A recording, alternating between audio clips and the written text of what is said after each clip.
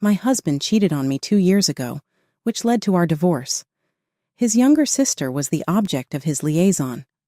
I received an invitation to their wedding from them as well. I felt like my mother had misled me too when she claimed she would be at the ceremony. "I'll do something fun. Just wait and see," she then said to me.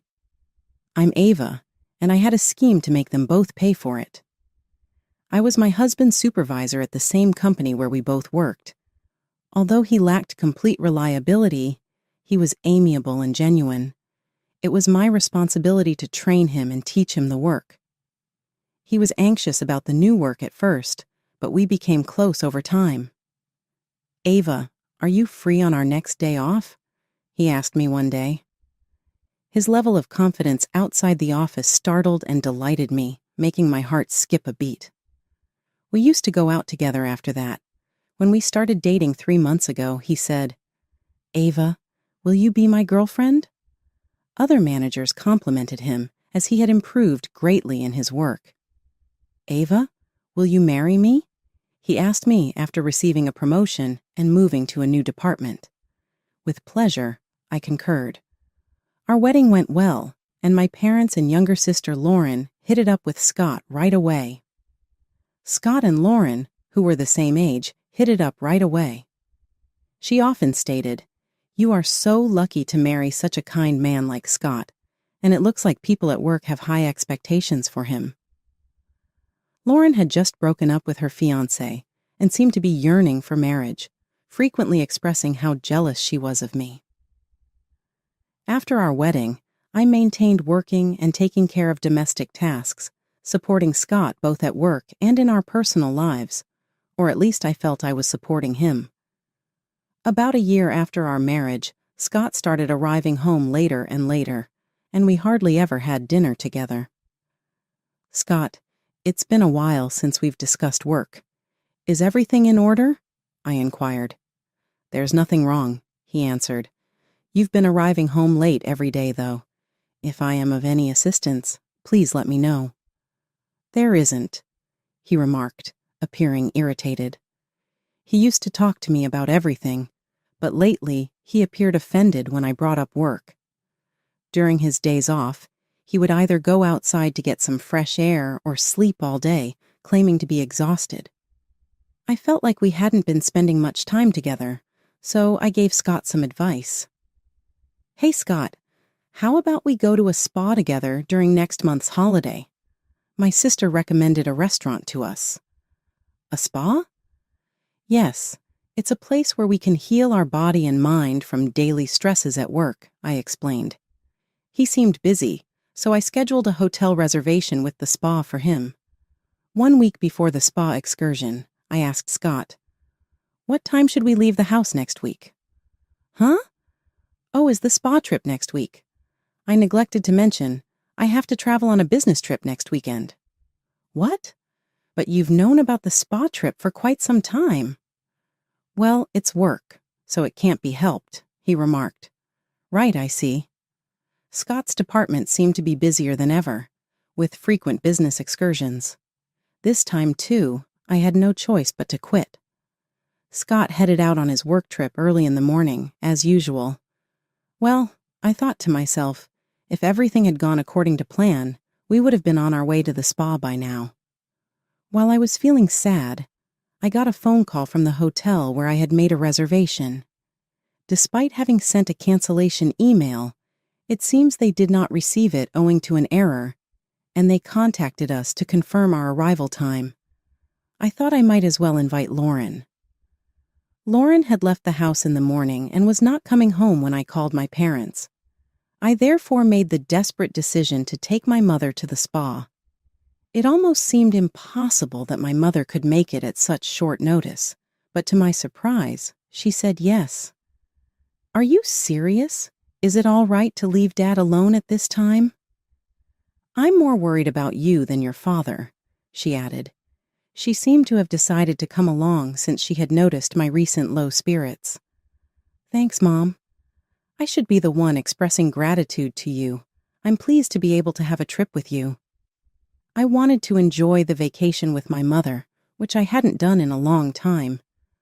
However, when we got to the hotel, we witnessed something shocking. "Mom, look at that!" At the hotel, we saw Scott, who was meant to be on his business trip. He was arm in arm with a woman, appearing joyful as they approached the hotel where we were meant to stay. The instant they entered the hotel, the woman with Scott turned her face in our direction for a moment. "You've got to be kidding," I thought. That woman with Scott was Lauren, my sister. After that, I was in a state of shock and don't recall anything about how I got home. After drinking some tea my mother made for me, my feelings gradually started to calm down. He had been misleading me. Not just Scott. I had also been duped by Lauren. After calming down, I contacted Scott's department. As I had expected, his department had been striving to cut their workload for the past few years, and they were not making employees go on business trips or perform any overtime as much as possible. When I told my mother about the days when Scott arrived home late or was on business trips, it turned out that Lauren was also not at home during those days. It was all starting to make sense. All those days when he came home late and said he was on business trips, he was actually meeting up with Lauren. When I learned the truth, anger welled up inside me rather than sadness. "Mother, I'll divorce Scott. I don't want to see Lauren, so I won't visit the house for a while." She kept silent but understood my feelings. I prepared everything before Scott came back. I arranged the divorce papers, signed a new lease for a house, packed my belongings, and moved into an apartment where I could stay until I officially moved into the new house.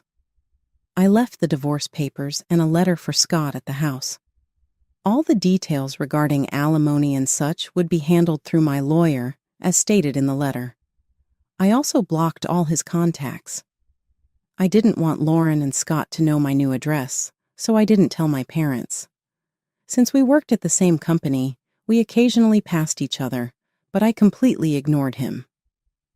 Realizing how hopeless the situation was, he quickly agreed to the divorce. He didn't tell anyone the reason for our divorce, but our colleagues seemed to have sensed it and avoided the subject. 5 years passed, and I kept my distance from him and my family. One day, after finishing work and returning to my room, I found my mother standing in front of me. "Mom, what's wrong?" "I have something I want to tell you," she said, showing me an invitation. "This is from Scott and Lauren." It turned out that Lauren had left our family home and moved in with Scott. I thought they might get married, but I never expected them to have a wedding ceremony and invite our parents. "So, Mom, are you going?" "Of course I am," she replied. "I see," I said, feeling like I was the only one who couldn't forgive them. They must have known this, which is why they invited only our parents to the wedding. I had no right to say anything since I had distanced myself from both Scott and my parents. Seeing me depressed, my mother smiled. "Don't worry, I'm not going because I forgive them. Just you wait and watch." On the day of the wedding, my mother called me through a video call. "I don't want to see their faces," I said, about to hang up, but I remembered my mother's words and kept the call connected. The screen showed a slideshow that was being presented. The MC began introducing the slides. This slideshow was made by the bride's mother. She gathered photos from her beloved daughter's birth to the present and created this slideshow. I was surprised that my mother, who wasn't good with technology, could create such a slideshow. It brought back a feeling of depression inside me. "Mom, you did this much for Lauren?"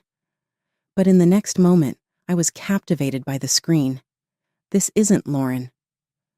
The slideshow started with a photo of me when I was born.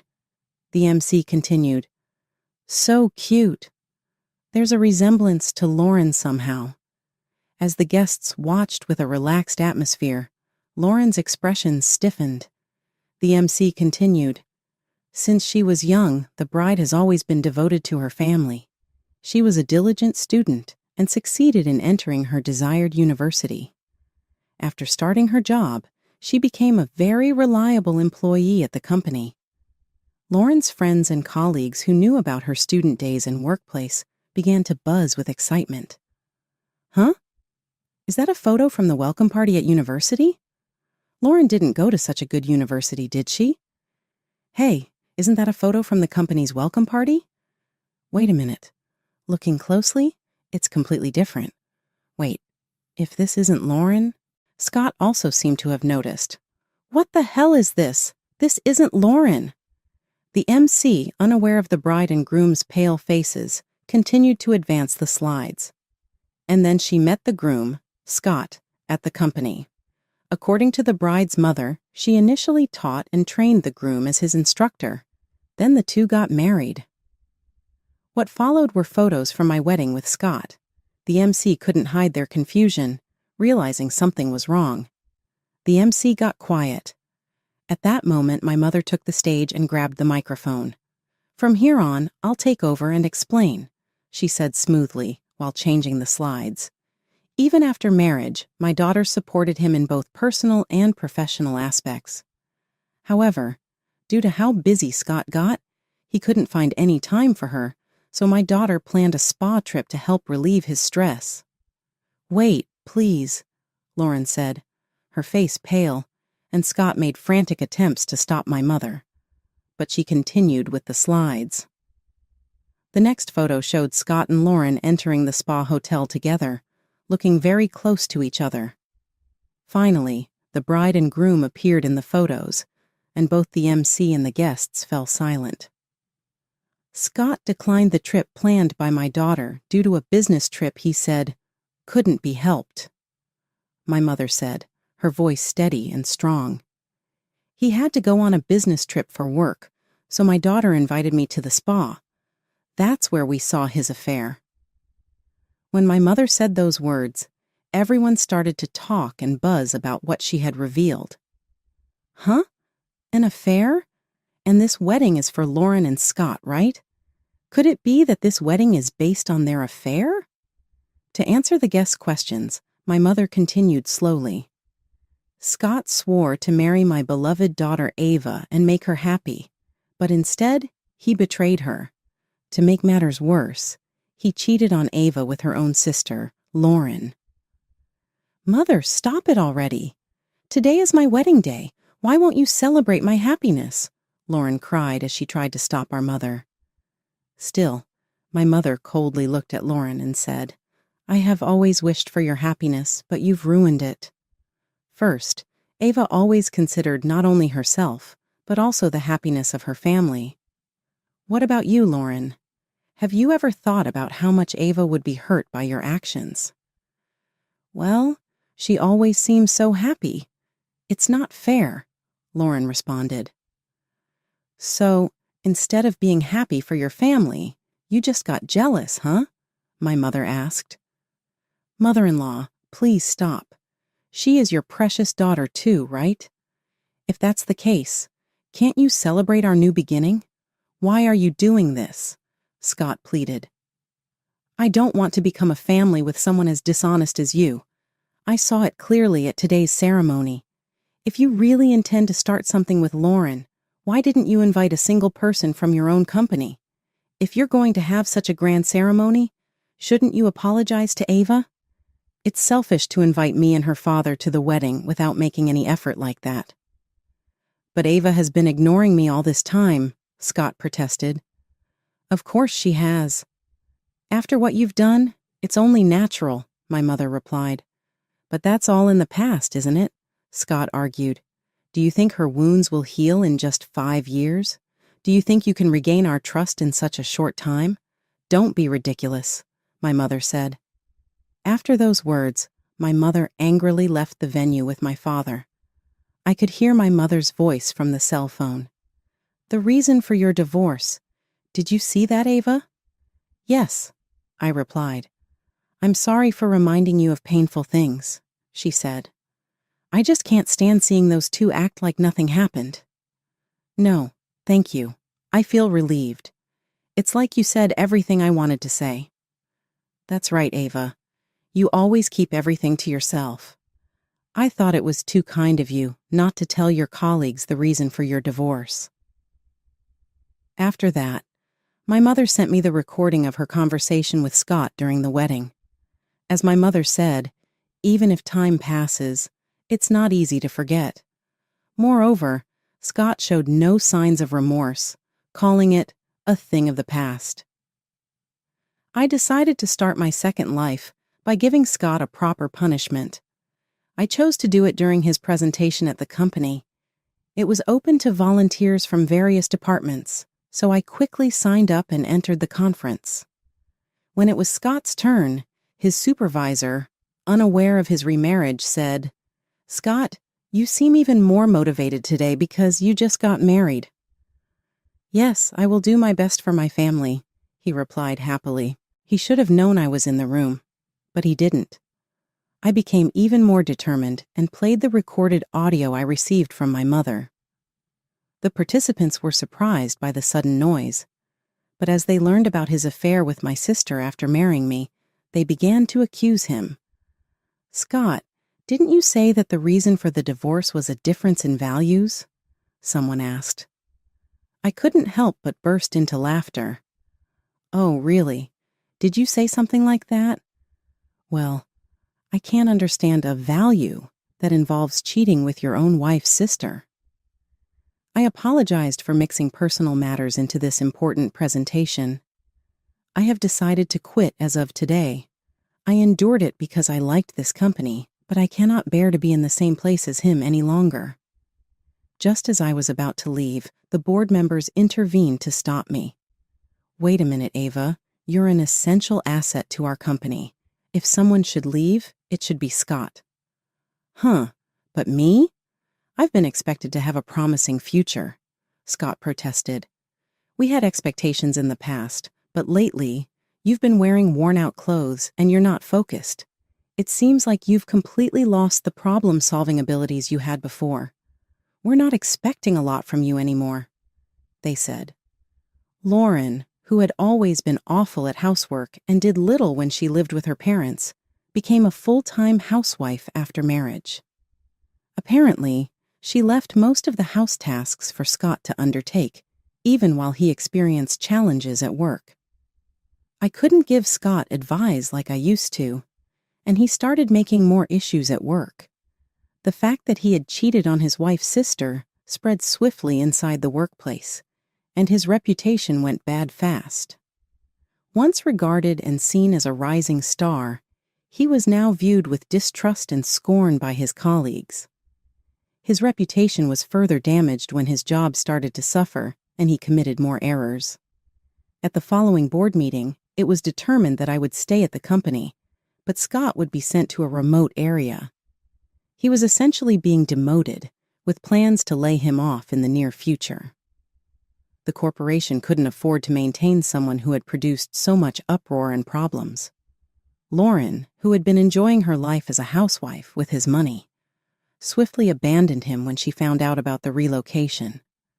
She shifted to another man without hesitation, thinking she could easily find another method to sustain her lifestyle. However, the man she chose turned out to be a typical freeloader. He had no employment and no desire, and he started living off Lauren's money without contributing anything. Now, Lauren is suffering from his obligations. She's urgently working 2 jobs, day and night, just to make ends meet. She's overworked and miserable, a long cry from the carefree life she had envisioned. She had hoped to move on fast and avoid the consequences of her actions, but reality struck her hard. As they say, what goes around comes around. Erroneous actions will eventually catch up with you. Seeing Scott and Lauren in such a state, I finally felt a sense of closure. As I observed them struggling, it dawned on me that their betrayal had finally brought about their demise. Scott lost his profession and reputation, while Lauren lost her affluent life. They both faced the repercussions of their conduct, and it brought me a sense of calm. I felt rejuvenated and prepared to begin a new life. I could finally move forward without the weight of their betrayal hanging over me.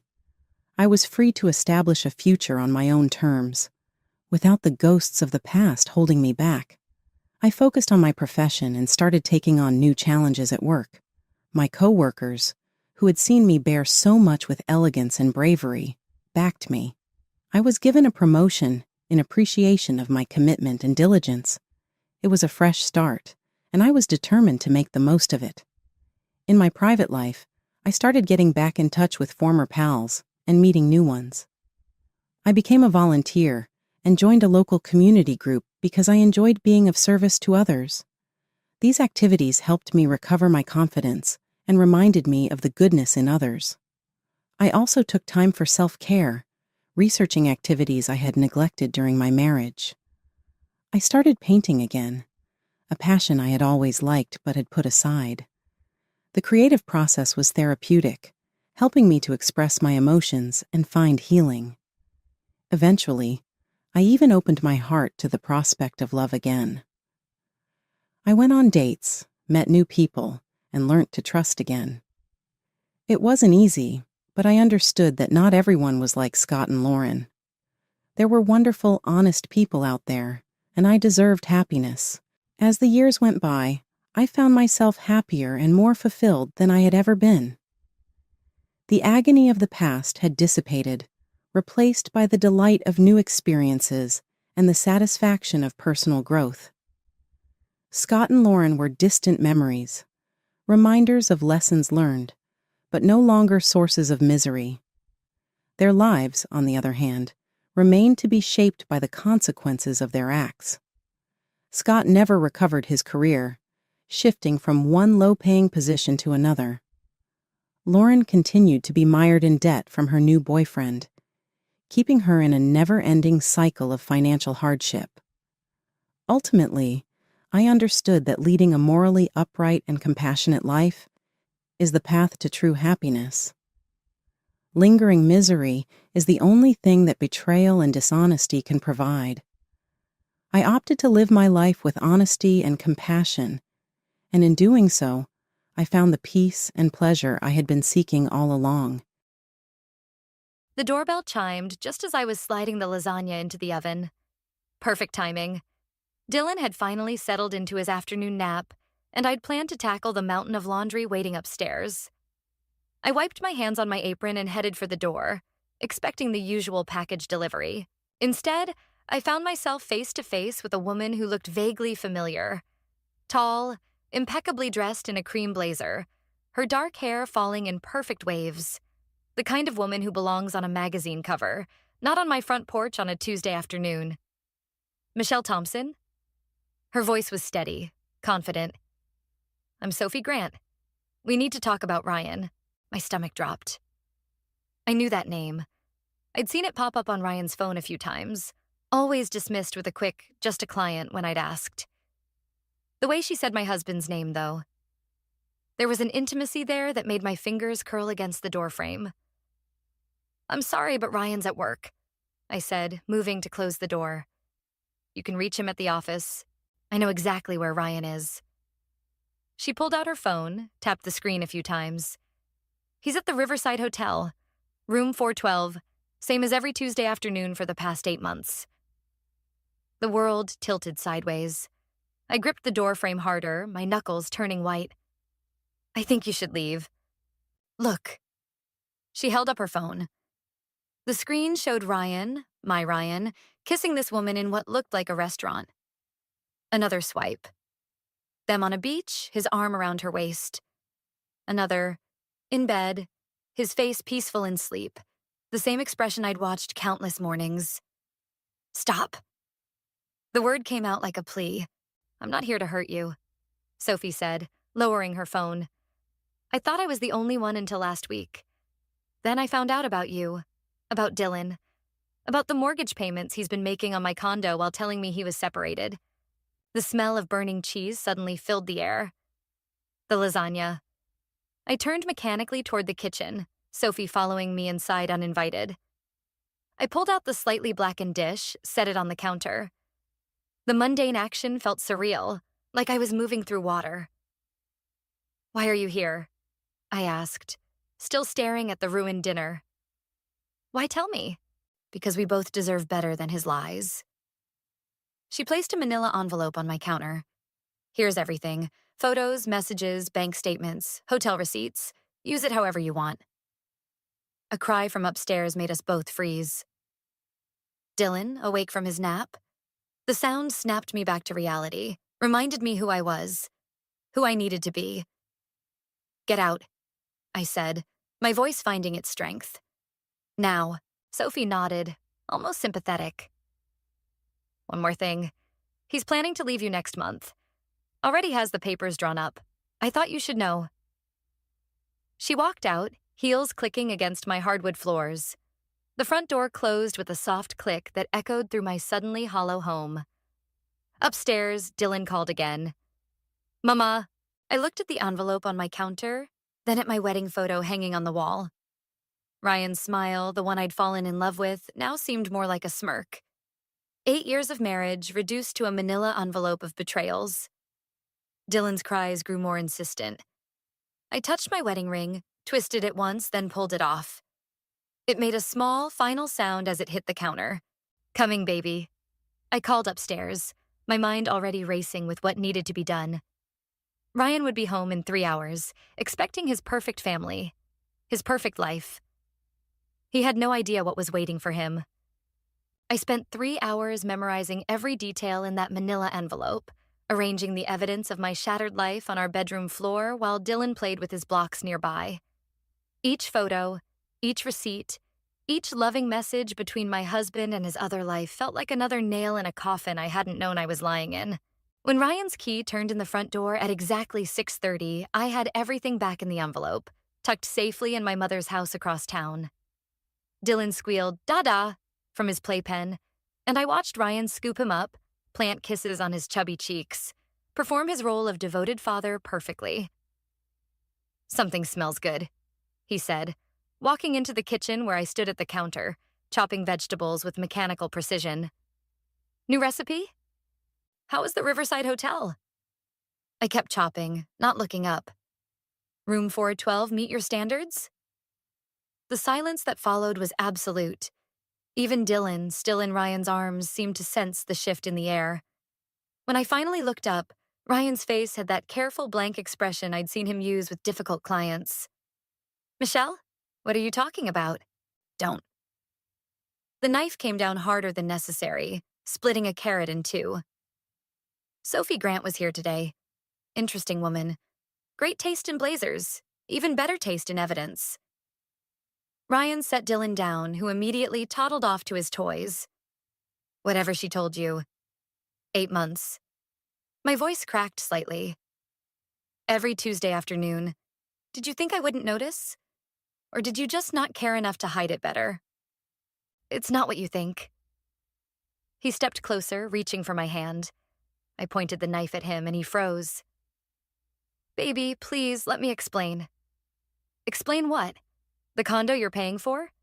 The divorce papers you've already drawn up? Each word felt like glass in my throat. Or maybe explain how you've been playing house with her son while ours naps every afternoon? His face changed then, something darker replacing the careful mask. You went through my things? I laughed, the sound harsh and foreign. No, Ryan. Sophie did that for me. Turns out she didn't appreciate finding out about your wife and son any more than I appreciated learning about your girlfriend and her kid. This is exactly why He caught himself, but not before I saw it. That flash of blame in his eyes. Why you what? Why you decided to throw away 8 years of marriage? Why you've been lying to my face every single day? I set the knife down before the temptation to use it became too strong. Go ahead. Finish that sentence. Instead, he pulled out his phone, turning away slightly. I caught a glimpse of Sophie's name on the screen before he walked into the living room, speaking in low, urgent tones. I followed, fury building with each step. Are you seriously calling her right now? He held up a finger. The universal wait gesture he used to silence difficult clients. That's when something in me snapped. I grabbed his phone and hurled it against the wall. It shattered, pieces of screen scattering across our perfect hardwood floors. Dylan started crying from his playpen, but for once I didn't immediately run to comfort him. Jesus Christ, Michelle. Ryan stared at his broken phone, then at me like I was a stranger. Have you lost your mind? No, I said, eerily calm now. But I found something better. Clarity. I walked to Dylan's playpen, lifted him out, and headed for the stairs. We're staying at my mother's tonight. Don't bother calling. Oh, wait, you can't. Michelle, stop. We need to talk about this like adults. I turned on the stairs, Dylan's tear-stained face pressed against my neck. Adults? Like how you've been adulting with Sophie every Tuesday? Or how adult it was to plan your escape while playing Happy Family? I never meant, save it for your girlfriend. I continued up the stairs. Or better yet, save it for your lawyer, because that's who you'll be talking to from now on. His voice followed me up. You're being hysterical. This isn't you.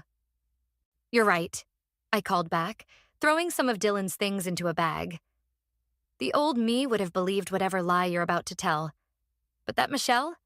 She died today in room 412. Lily's office always smelled like leather and coffee, a combination that usually calmed me. Not today. I sat across from her desk, Dylan asleep in his stroller beside me while she scrolled through Ryan's financial records on her computer screen. This is worse than we thought, she said, turning the monitor toward me. He's been moving money around for months. Small amounts at first, then larger transfers starting about 6 months ago.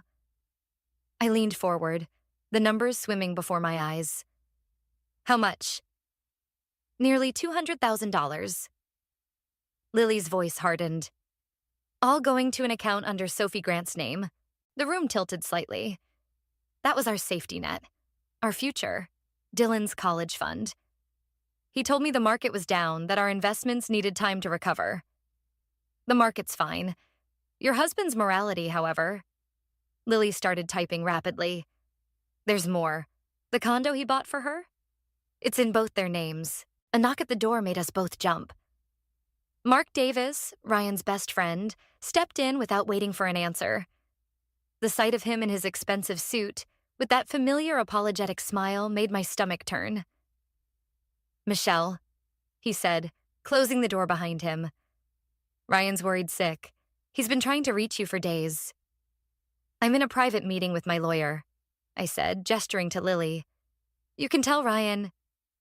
He's not the bad guy here. Mark held up his hands. Look, Sophie's been causing problems for months. Ryan was trying to handle it quietly, protect everyone involved. Lily stood up slowly. Mark, as Michelle's legal counsel, I advise you to leave. Did Ryan send you to spy on me? The question came out sharp enough to make Dylan stir in his sleep. Or did you volunteer? Mark's expression shifted, something calculating replacing the concern. You should know there are things about Sophie that would change how you see this situation. Like what? That she has a son? That Ryan's been playing daddy to him while stealing from his own child's future? I pulled out my phone, showed him the photo of Ryan with Sophie and her son at what looked like a school event. Or maybe you mean how he's been building a whole second life while destroying this one. That money was to keep her quiet. Mark blurted. She was threatening to go public, ruin his career. Ryan was protecting you. Lily's laugh was cold. By buying her a condo and setting up joint accounts, that's an interesting definition of protection. You don't understand. No, you don't understand. I stood up, my voice steady despite the rage burning through me.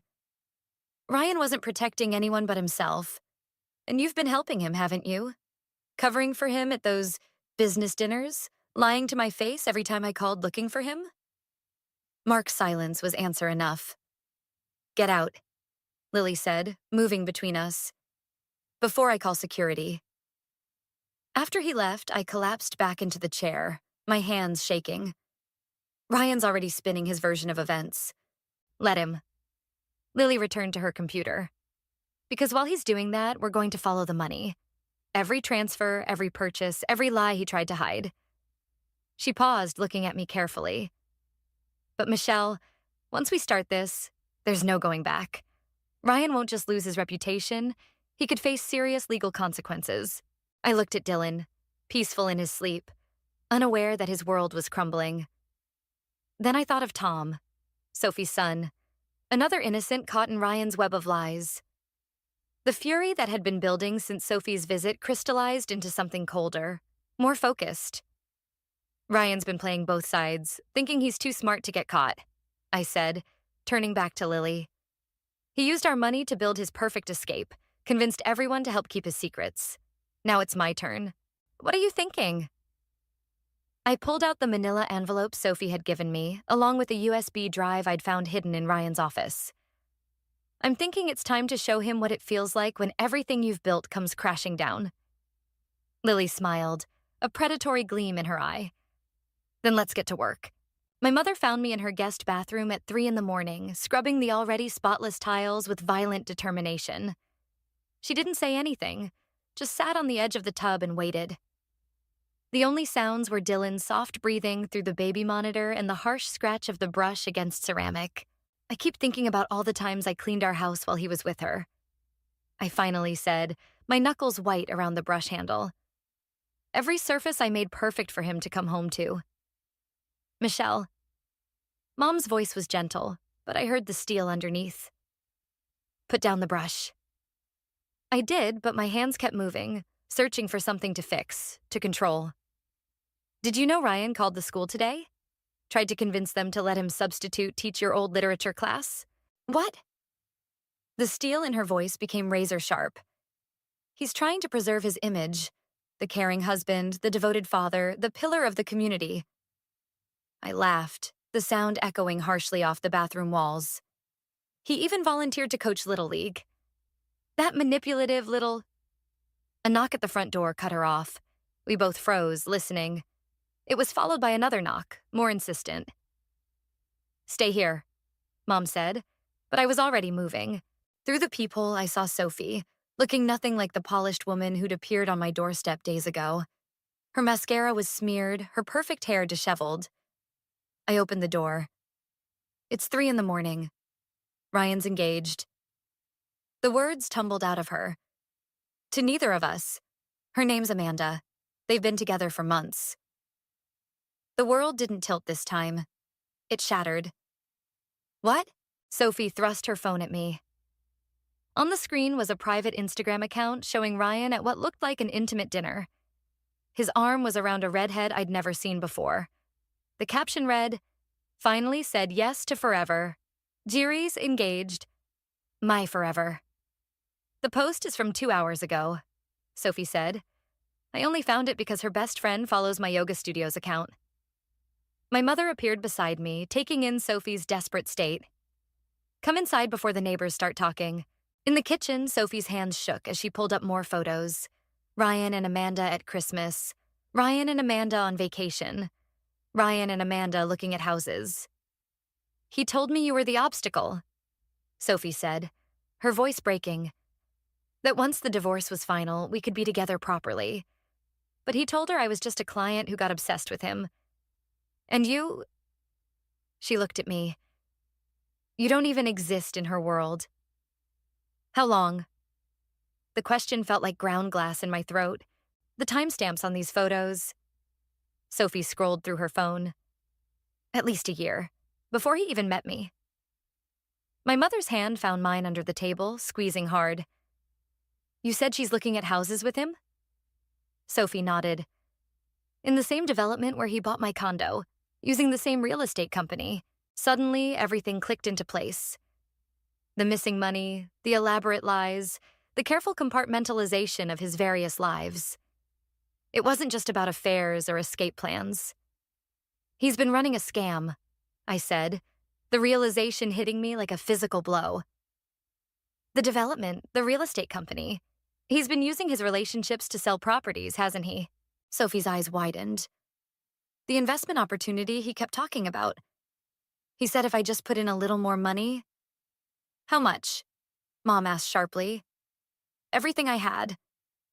Sophie's voice was barely a whisper. My savings, my son's college fund, even a second mortgage on my parents' house. The baby monitor crackled with Dylan's soft whimpers. The sound crystallized everything. My rage, my pain, my purpose. We need to call Lily, I said, standing up. Right now. Why? Sophie asked. Because this isn't about affairs anymore. It's about fraud. I looked at the photos again, at Ryan's practice smile, the same one he'd used on all of us. And we're going to make sure he never does this to anyone else. The sun was rising by the time we finished making our plans, painting the kitchen in shades of gold that felt like a promise. Or maybe a warning. The restaurant buzzed with Friday night energy as I watched Ryan charm his way through another business dinner. He hadn't noticed me yet, sitting alone at the corner table nursing a glass of wine I hadn't touched. His arm was around Amanda, the ring on her finger catching the light as she laughed at something he'd said. 3 other couples sat at their table. All potential buyers for the new development, according to Lily's investigation. All about to invest their life savings in Ryan's elaborate house of cards. My phone vibrated. Sophie. We're in position. Mark just arrived at the office. I checked my watch. Right on schedule. While Ryan played his role here, Lily and a forensic accountant were meeting Mark at the real estate office, armed with enough evidence to make him choose between loyalty to Ryan and saving his own skin. Ready? Another text, this time from Mom, who was watching Dylan. I typed back, yes. Standing up, I smoothed down my black dress, the one Ryan had always loved, and walked toward their table. Amanda saw me first, her smile faltering as she tried to place my face. Then Ryan looked up, and for the first time in our marriage, I saw real fear in his eyes. Ryan, darling, I said, loud enough to carry. Aren't you going to introduce me to your fiancé? The table went silent. Amanda's hand flew to her throat, touching the necklace I recognized from our 10th anniversary. Ryan, who is this? Nobody, he said quickly, standing. Michelle, let's talk outside. I'm his wife, I said, pulling out my phone. Well, current wife, though I suppose that makes me the nobody in this scenario. I turned to the other couples. I assume you're all here about investing in Riverside Heights? Ryan grabbed my arm. Stop this, now. I shook him off. You might want to check the news first. It seems there are some irregularities with the development company. The FBI is particularly interested in the pattern of investment fraud. She's lying, Ryan said, but the couples were already pulling out their phones. This is just a domestic dispute. My phone rang. I answered on speaker. Yes, Lily? It's done. My lawyer's voice rang clear. Mark Davis just finished his statement to the investigators. They're executing the search warrant now. The color drained from Ryan's face. Amanda stood up, backing away from him. Ryan, what's happening? Would you like to tell her? I asked him. Or should I? About Sophie, perhaps? Or the other women? The houses you sold them with money that never went to the development? I turned to Amanda. Check your investment account. The one he convinced you to create for your future together. I'm betting it's empty.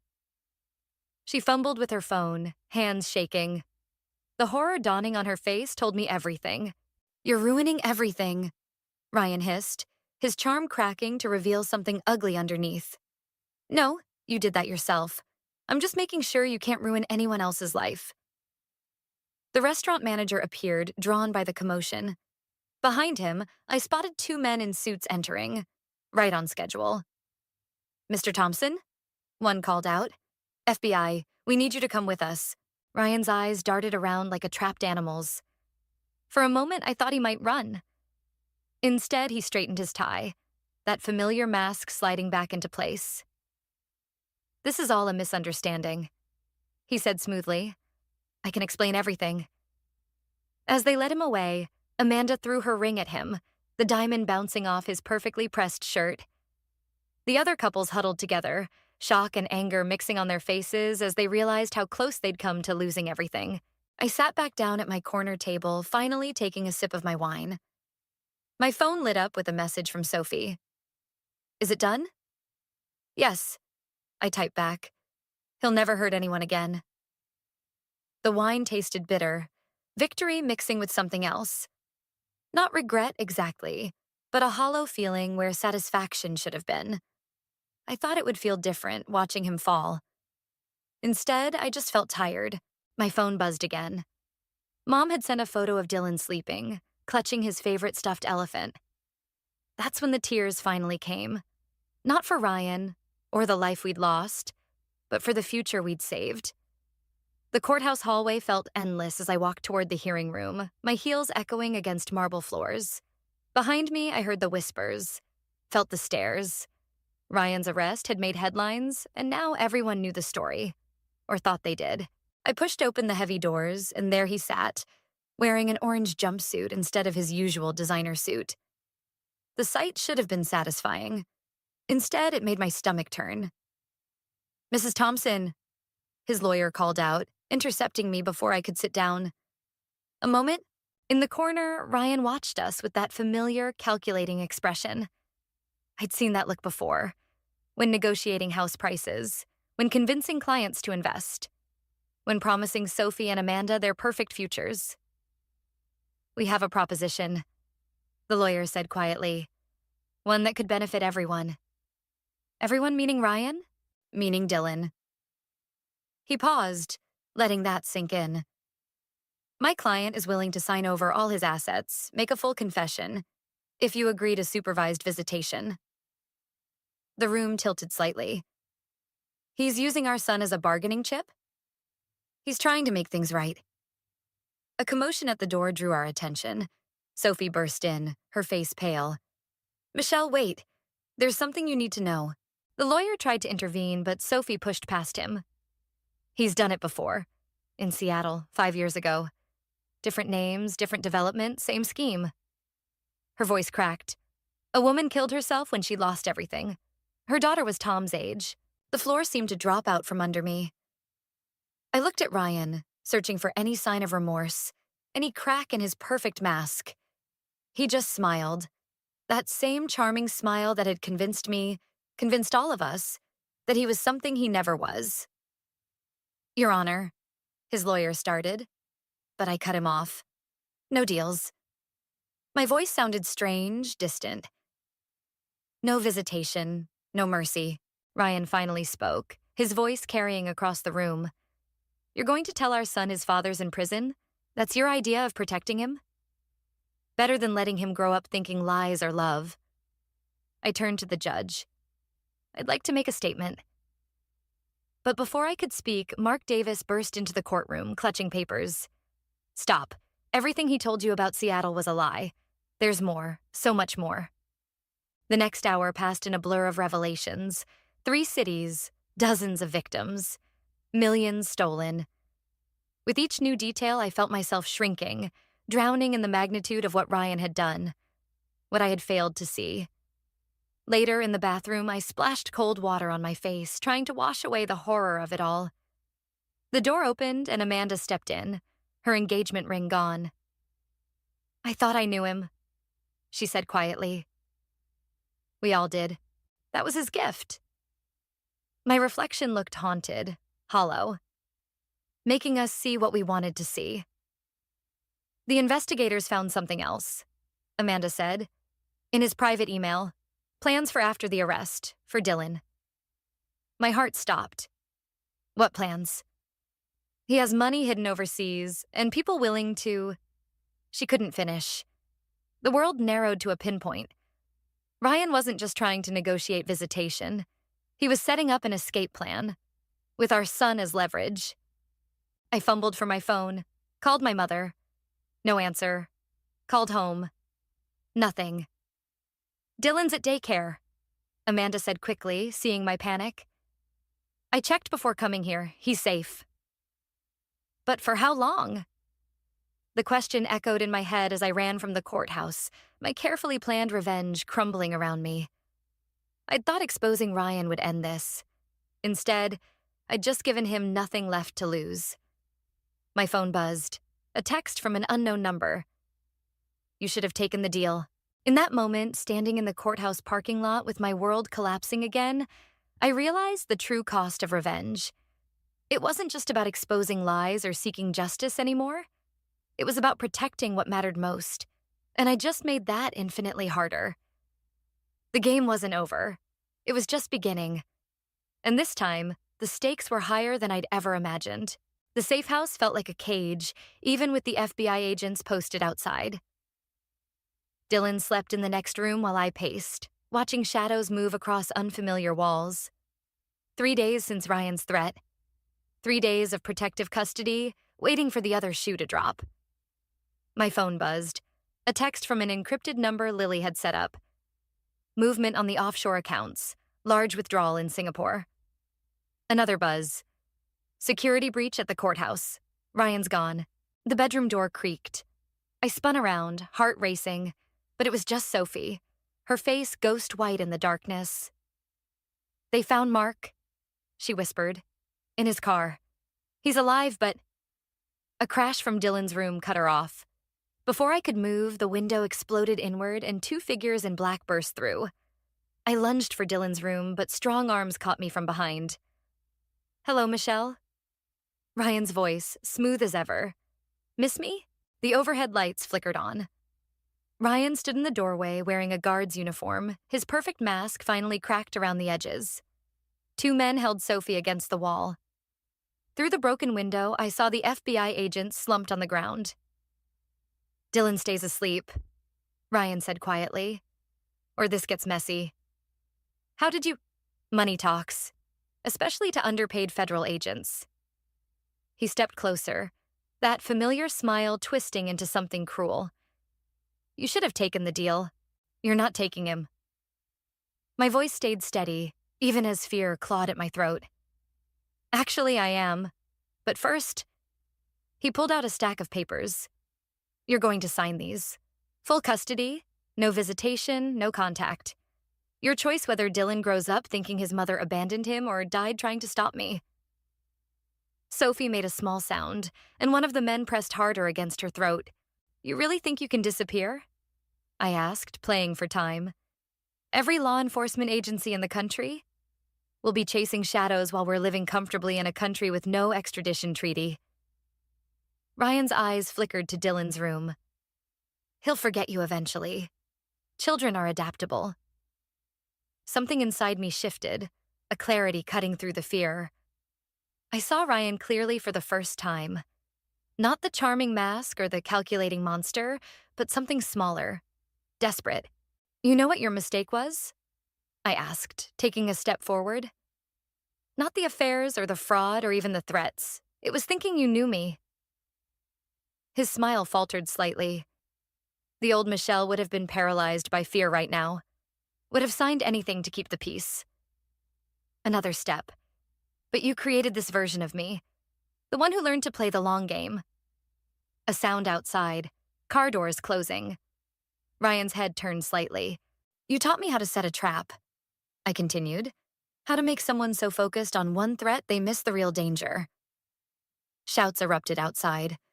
Ryan's men moved toward the window, dragging Sophie with them. "The offshore accounts?" I smiled. "A trail we wanted you to follow. The courthouse breach? Staged. Even the FBI agents outside were actors. The real team's been waiting for my signal since you walked in." The door burst open. Real agents poured in, weapons raised. Ryan lunged for Dylan's room, but I was already there, blocking his path. "You're right about one thing," I said as they took him down. "Children are adaptable. Dylan will forget you. And that's the best gift I could give him." Later, as dawn broke over the safe house, I sat with Sophie while the FBI processed the scene. "How did you know he'd come himself?" she asked. "Because he couldn't stand that someone else had outplayed him. His ego wouldn't let him trust anyone else to fix it." Dylan stirred in his sleep, clutching his stuffed elephant. I touched the small transmitter hidden inside it, the one that had been broadcasting everything to the FBI since Ryan's first threat. "The thing about revenge," I said quietly, "is knowing when to let it go. Sometimes the best victory is just making sure they can never hurt anyone again." Sophie nodded, understanding in her eyes. "What now?" I watched the sun rise, feeling lighter than I had in months. "Now we rebuild, but this time on our terms, not his." The envelope arrived on a crisp autumn morning, just as Dylan was mastering his first complete sentence. I recognized Sophie's handwriting immediately, though I hadn't heard from her since the trial. "Mama, look." Dylan pointed at a falling leaf while I opened the letter, his other hand gripping the playground railing. The park had become our sanctuary, a place where the whispers and stares couldn't reach us. Sophie's words blurred on the page. I'm moving to Seattle with Tom. Starting over where Ryan first began his schemes feels right somehow, like closing a circle. The victims' families there. They deserve to know the truth, to heal. A child's laughter drew my attention. Tom was pushing Dylan on the swing, both boys oblivious to the weight of their shared history. Sophie had brought him for one last play date before their move. They'll forget, Sophie said, appearing beside me. That's what everyone keeps telling me, that Tom will forget Ryan, the promises, the pain. But we won't, I replied, watching our sons play. No. She handed me a newspaper clipping, Ryan's sentencing. 20 years, no possibility of early release. I heard he tried to charm the judge at the end. Some speech about redemption. Old habits. I folded the clipping without reading it. Did it work? The judge called him a predator in a prince's clothing. Sophie smiled slightly. Your testimony sealed it. The way you described his methods, his manipulation, it helped the other victims come forward. Dylan ran over, leaves stuck in his curls. Mama, swing. As I pushed him higher, I thought about Ryan's last words to me in court. You'll never truly be free of me. He'd meant it as a threat, but watching Dylan laugh, fearless and pure, I realized Ryan had given me something he never intended. Strength I never knew I had. The support group is helping, Sophie said when I returned. The other families, they understand. No judgment. Just healing. Is that why you're really going to Seattle? She nodded. They need someone who understands both sides, victim and accomplice. Her voice caught. I have to make it right. Tom called out to her, proud of something he'd found. The way she looked at him, fierce love mixed with lingering guilt, mirrored what I felt every time Dylan asked about his father. We protected them in the end, I said.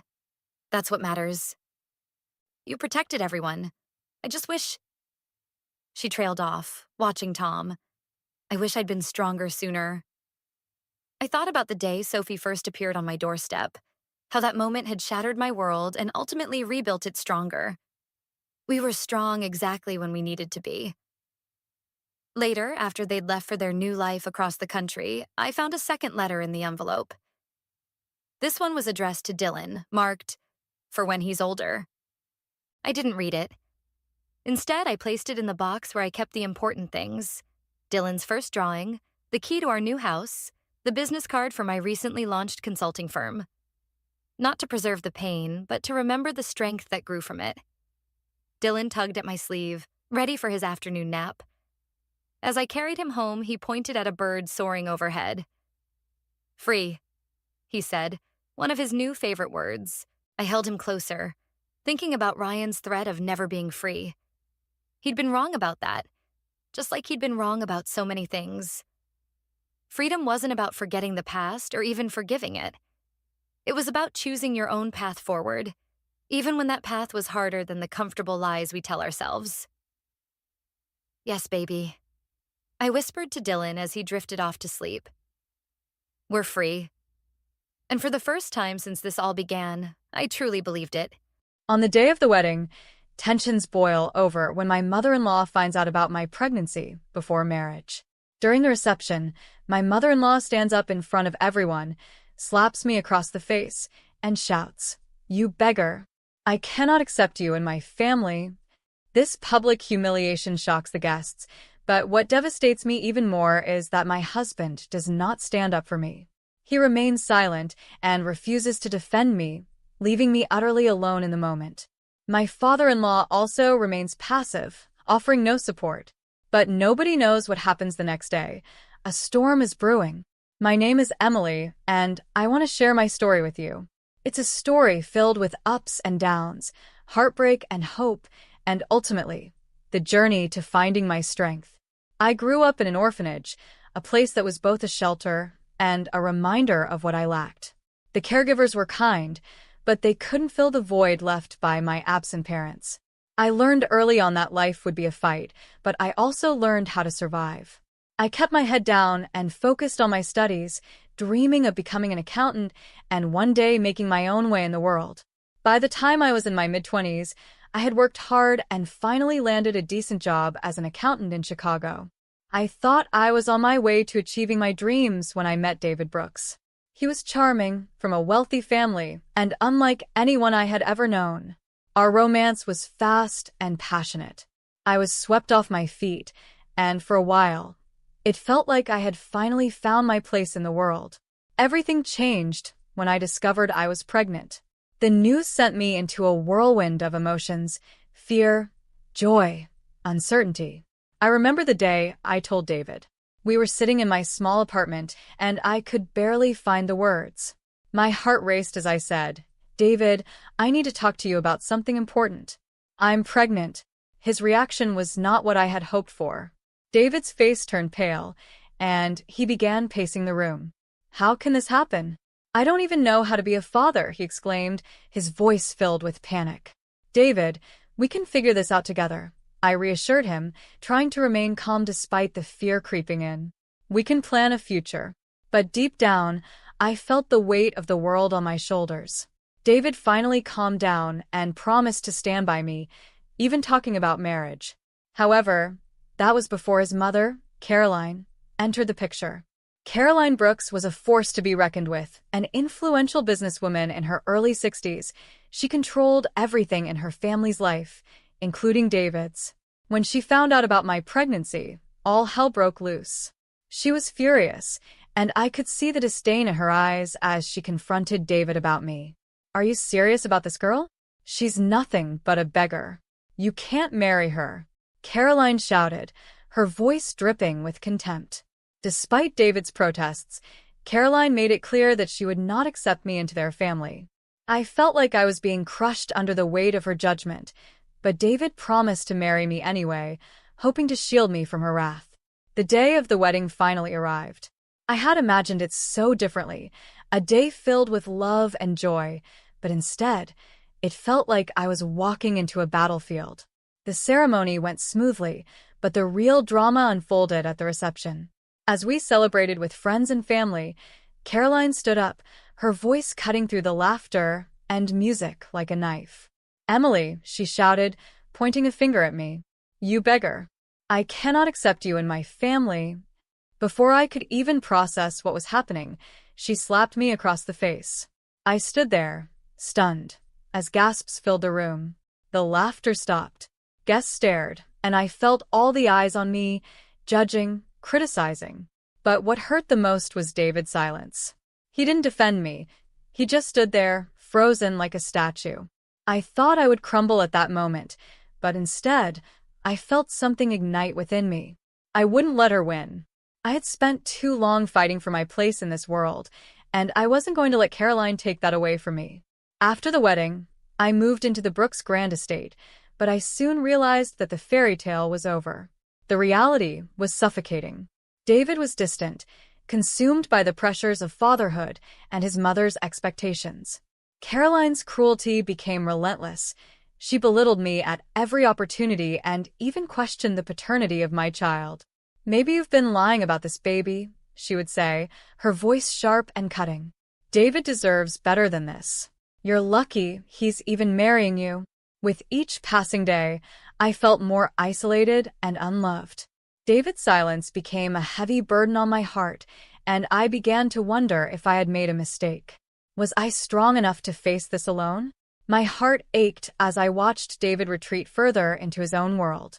He began drinking more, and I could sense the shift in our relationship. The love that once felt so strong now seemed like a distant memory. I often found myself wondering how I had ended up here, lost in a life that was supposed to be a dream. The turning point came when I gave birth to my son, Ethan. I remember holding him for the first time, feeling a wave of love wash over me. He was my reason to fight, but as much as I tried to be strong, the loneliness felt unbearable. That's when Mark and his sister, Megan, entered my life. Mark was a man in his early 40s with a limp from an accident, but his heart was big. He and Megan, a kind nurse's aide, became my lifeline in those difficult days. They offered me not just help but hope, reminding me that I wasn't alone in this journey. One day, as I was struggling to feed Ethan, Mark came over and said, "Emily, you're doing a great job. You have more strength than you realize." I looked up at him, tears in my eyes. "I just don't know how to do this without David's support. I feel lost." "You're not lost," Megan added, placing a comforting hand on my shoulder. "You have us. We're here for you." In that moment, I realized that I could build my own family, one filled with love and support, despite the betrayals I had faced. Little did I know, this was just the beginning of a new chapter in my life, one that would test my resilience and change everything I thought I knew about love and family. But challenges were still ahead. Caroline's grip on David tightened, and my new family would soon face an uphill battle against her machinations. I just hoped I had the strength to stand firm and protect my son. Life in the Brooks mansion was far from what I had imagined. Each day felt like walking on eggshells, and I quickly learned that David was not the partner I needed. He spent more time away from home, finding solace in the bars and clubs of Chicago rather than in the warmth of our new family. I often heard him come in late at night, the smell of alcohol clinging to him like a bad memory. One evening, after a long day of caring for Ethan, I heard David stumble into the house. I was feeding our baby, and the rhythmic sound of the spoon clinking against the bowl felt like my only source of comfort. David entered the room, his eyes glazed over, and I forced a smile, hoping to connect with him. "David, how was your day?" He barely glanced at me. "Fine," he muttered, swaying slightly as he leaned against the wall. I felt my heart sink. The man I had fallen in love with was slipping away, and I was powerless to stop it. Days turned into weeks, and the tension between us grew. Caroline continued her campaign of emotional warfare, finding new ways to belittle me and undermine my role as a mother. "Ethan deserves better than a mother who can barely keep a job," she would say with a smirk, her eyes glinting with malice. I tried to rise above her taunts, but it was exhausting. I felt like I was constantly fighting a battle with no end in sight.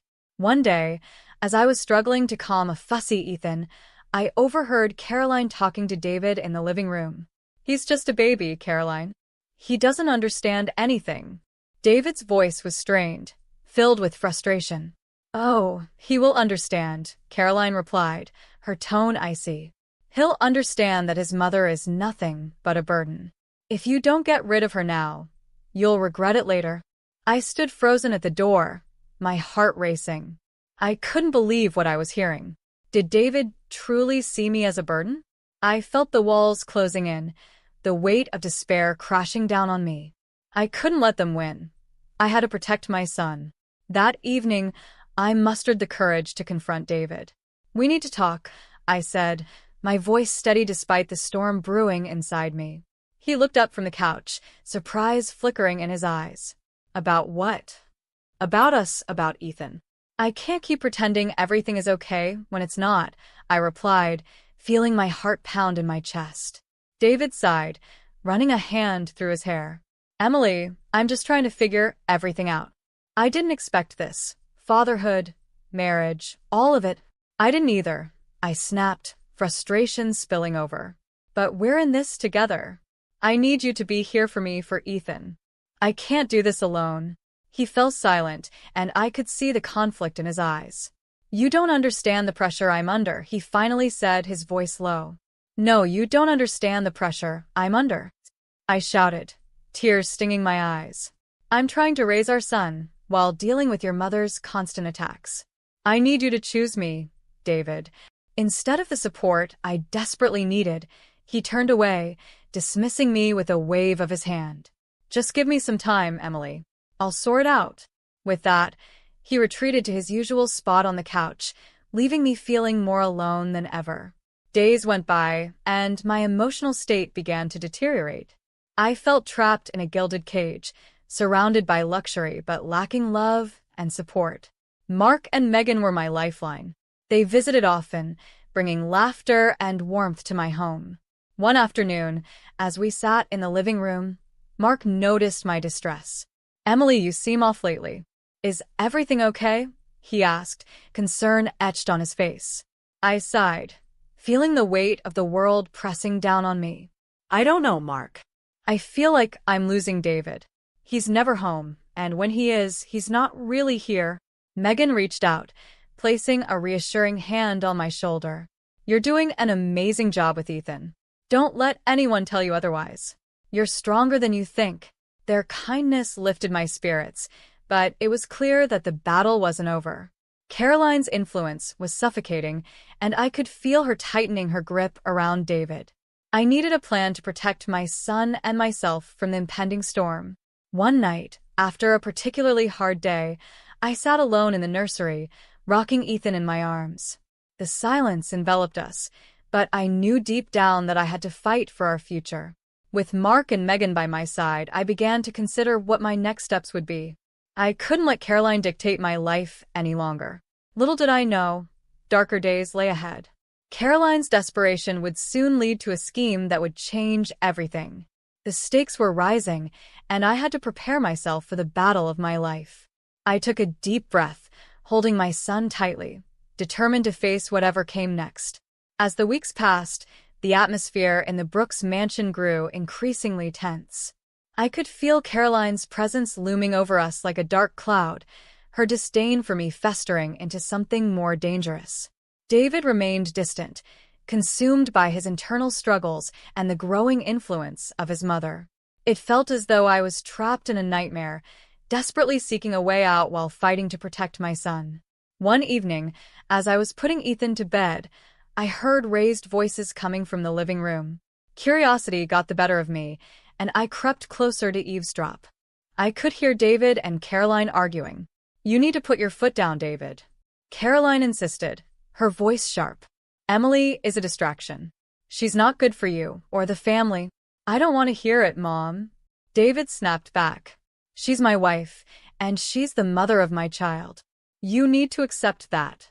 His words gave me a flicker of hope, but I knew better than to let it blind me. Caroline's reaction was predictable. "You're making a mistake. She's nothing but a gold digger, and she'll take everything from you. You need to choose your family over her." I felt a chill run down my spine. The stakes were getting higher, and I could sense that Caroline was plotting something sinister. I made my way back to the nursery, holding Ethan tightly, and whispered a promise to him. "I will protect you no matter what." The following week, things took a turn for the worse. Caroline, fueled by desperation, devised a plan that would shake the very foundation of our lives. I received a call from Mark one morning, his voice laced with concern. "Emily, you need to be careful. I just heard something about Caroline's plan. She's looking for a way to take Ethan away from you." I felt my heart drop. "What do you mean?" "Rumor has it she's been talking to lawyers. She wants to claim that you're unfit as a mother and that David should have custody of Ethan," Mark explained, his voice urgent. "Unfit? I'm doing everything I can for him," I replied, panic rising in my chest. "I can't let her take him away from me. He's my entire world." "I know, but we need to come up with a plan," Mark said, his tone serious.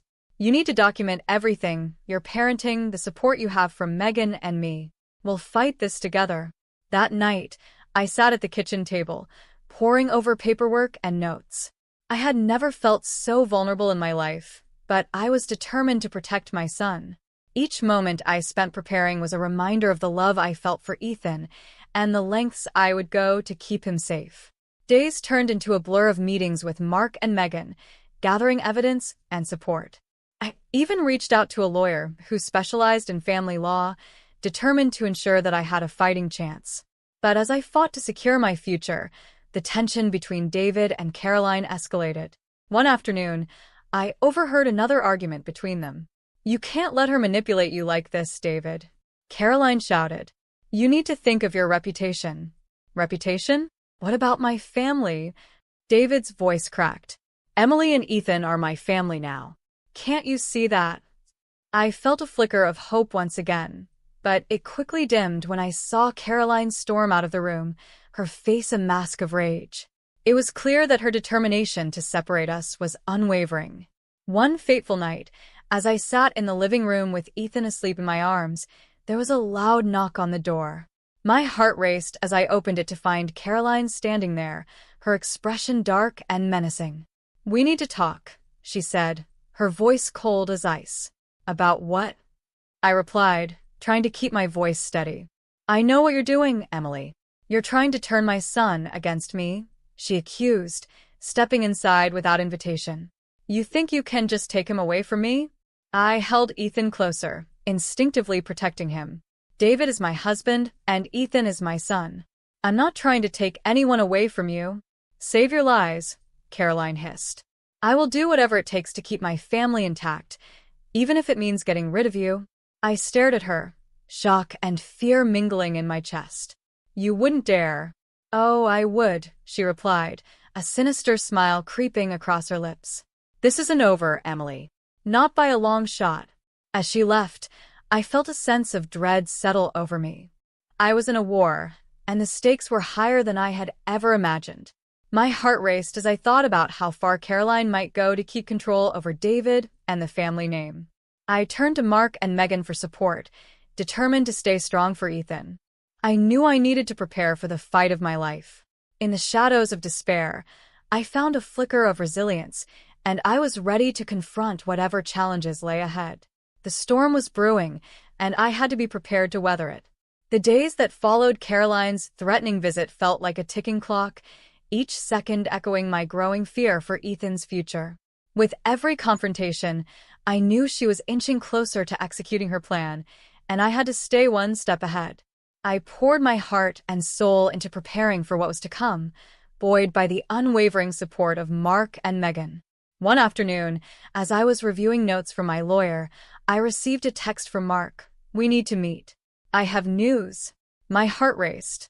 I quickly arranged to meet him at our usual spot, a quiet cafe where we could talk without interruptions. "Emily, I found out that Caroline has been spreading lies about you," Mark said, concern etched on his face. "She's telling people you're unstable and unfit to care for Ethan." I felt a wave of nausea wash over me. "She can't do that. I've done everything to be a good mother." Mark nodded. "I know, but we need to document everything.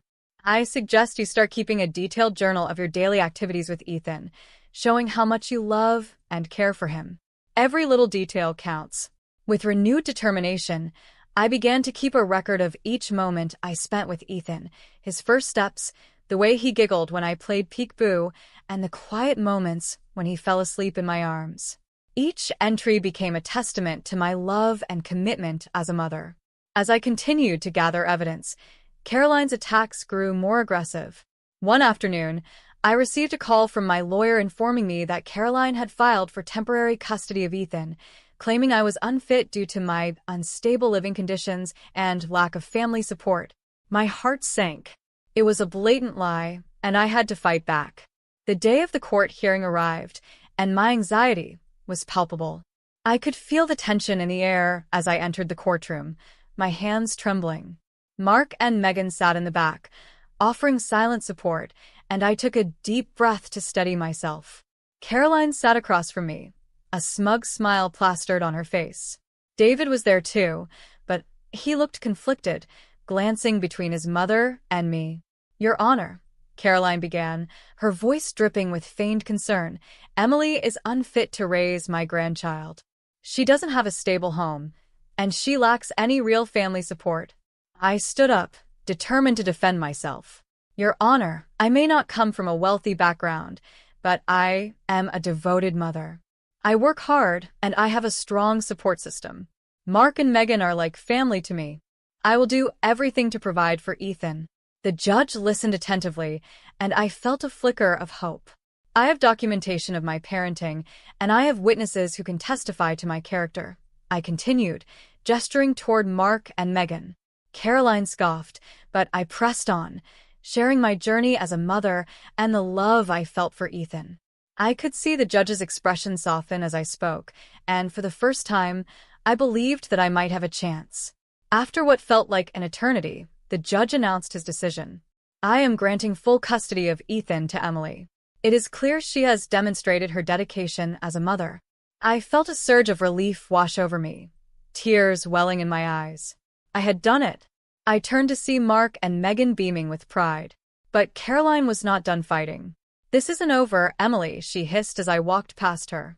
"Maybe not," I replied, my voice steady. "But I will always fight for my son." As I left the courtroom, the weight on my shoulders lifted. I felt empowered, ready to start anew with Ethan. With Mark and Megan by my side, I knew we could build a loving family. In the following months, life began to take on a new rhythm. I found joy in the little things: Ethan's laughter, his milestones, and the love that blossomed among us. I was no longer just surviving, I was thriving. Though Caroline and David would always be part of my past, I had learned the power of resilience and the importance of chosen family. My journey had transformed me, and I was finally ready to embrace the future with open arms. Together, we built a home filled with love, laughter, and endless possibilities. As I held Ethan close, I realized that I was not just a survivor. I was a warrior, ready to face whatever challenges lay ahead. And for the first time in my life, I felt truly free. The package sat on my doorstep like a landmine waiting to detonate. No return address, just my name in precise block letters that seemed too deliberate to be casual. I should have known better than to open it, should have trusted that creeping sensation along my spine that whispered something was wrong. My name is Chloe, and until 10 minutes ago, I thought I understood my life. Funny how a single USB drive can shatter 28 years of marriage into sharp, glittering pieces. The video plays again on my laptop screen. I can't stop watching it, like pressing on a bruise to make sure it still hurts. Sam, my late husband, sits in an unfamiliar living room, bouncing a toddler on his knee. A woman I've never met leans into the frame, kissing his cheek. The timestamp shows this was filmed just 3 months before his heart attack. "Connor needs to see this," I whispered to the empty kitchen, but my hands are already closing the laptop. My older son worshipped his father. This would destroy him just like it's destroying me. My phone buzzes. Speaking of Connor. "Mom, Sophie and I were thinking about Dad's old beach house," he says, not bothering with hello. "You're not using it, and we could really use the equity for our new place." I grip the counter, knuckles white. "The beach house isn't for sale, Connor. We've discussed this. But it's just sitting there empty. Dad would have wanted—" "Your father wanted a lot of things," I cut in, the bitterness surprising even me. "Apparently, he wanted a whole second family none of us knew about." Silence crackles across the line. "What are you talking about?" "Nothing. Forget I said anything." But it's too late. I can hear the shift in his breathing, the way he's already gearing up for an argument. "Mum, you can't just say something like that and then, I need to go." I hang up before he can protest, then immediately silence my phone as it starts buzzing again. The doorbell rings, making me jump. Through the peephole, I see Eli, my younger son, shifting from foot to foot on the porch. He's always had an uncanny sense for when something's wrong. I open the door and he takes one look at my face before stepping inside. "What happened?" "Your father." I start, then stop, unsure how to continue. How do you tell your child their dead father had been living a double life? Eli guides me to the couch, his artist's hands gentle on my shoulders. "Whatever it is, we'll figure it out together." I shake my head, reaching for the laptop. "Someone sent me this today. I don't know who, but..." I open it, start the video again. Eli watches in silence, his face growing paler with each passing second. When it ends, he lets out a long breath. "Jesus Christ, Dad." "There's more," I say, clicking through the files. Bank statements. Years of transfers to an account in their name. Our name, he gave them our name, Eli. They're out there somewhere, living as Mitchells. "Connor's going to lose it," Eli murmurs, running a hand through his hair. "Especially with the inheritance stuff already." I know. I close the laptop again, suddenly exhausted. "And Sophie will make sure he does." "Sophie?" Eli's voice carries a note of disgust. "She's been pushing him about the beach house, hasn't she?" I nod, remembering the way Connor's fiancée looked at me during our last family dinner, her smile sharp as a blade. She wants everything she thinks we owe them. And now... I gesture at the laptop. "Now I don't even know what we really have anymore." "What else was he hiding?" Eli takes my hand, squeezing it gently. What are you going to do? I look down at our joined hands, thinking of Sam's other family, of Sophie's manipulative games, of Connor's increasing demands. 28 years of memories shift and reform, taking on new, darker shapes. I'm going to find out exactly what your father left behind, I say finally. And then I'm going to make sure everyone gets exactly what they deserve. 3 days after the video arrived, I sit across from Connor at our family's beach house, watching him pace like a caged animal. The late afternoon sun catches the dust motes he stirs up, making them dance like tiny accusations in the air. You're telling me Dad had another family? And you're just mentioning this now? His voice cracks on the last word. I needed time to process it myself. I run my finger along a scratch in the dining table, remembering Sam teaching Connor to ride his bike on the deck outside. How many other children had he taught to ride bikes? Show me the video again. Connor, show me. He slams his hand on the table, making the crystal vase jump. Sam's mother's vase, another inheritance to fight over.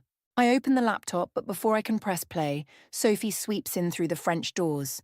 Sorry I'm late, traffic was terrible. She kisses Connor's cheek, then freezes, reading the room. What's wrong? Connor gestures at the laptop. Mum's been keeping secrets. Sophie slides into the chair beside him, her manicured hand finding his arm. Perfect nails, perfect clothes, perfect mask of concern. What kind of secrets? I press play instead of answering. Let her see for herself. Let her calculate how this affects her plans. The video plays.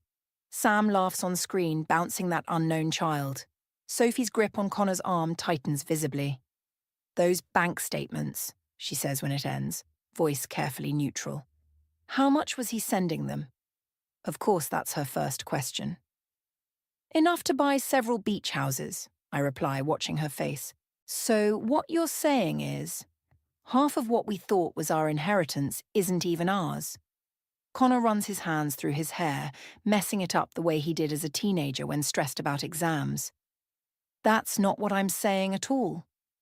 I close the laptop firmly. I'm saying we need to take time to understand what this means before making any decisions about property or money. Sophie leans forward. But surely this changes things legally.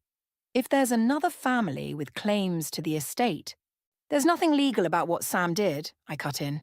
And I'm still executor of the estate, which means you get to decide everything, Connor stands abruptly. Like always. That's not fair, I start, but Sophie's already speaking over me. Connor's right, Chloe. You can't expect us to just sit back while you figure things out on your own.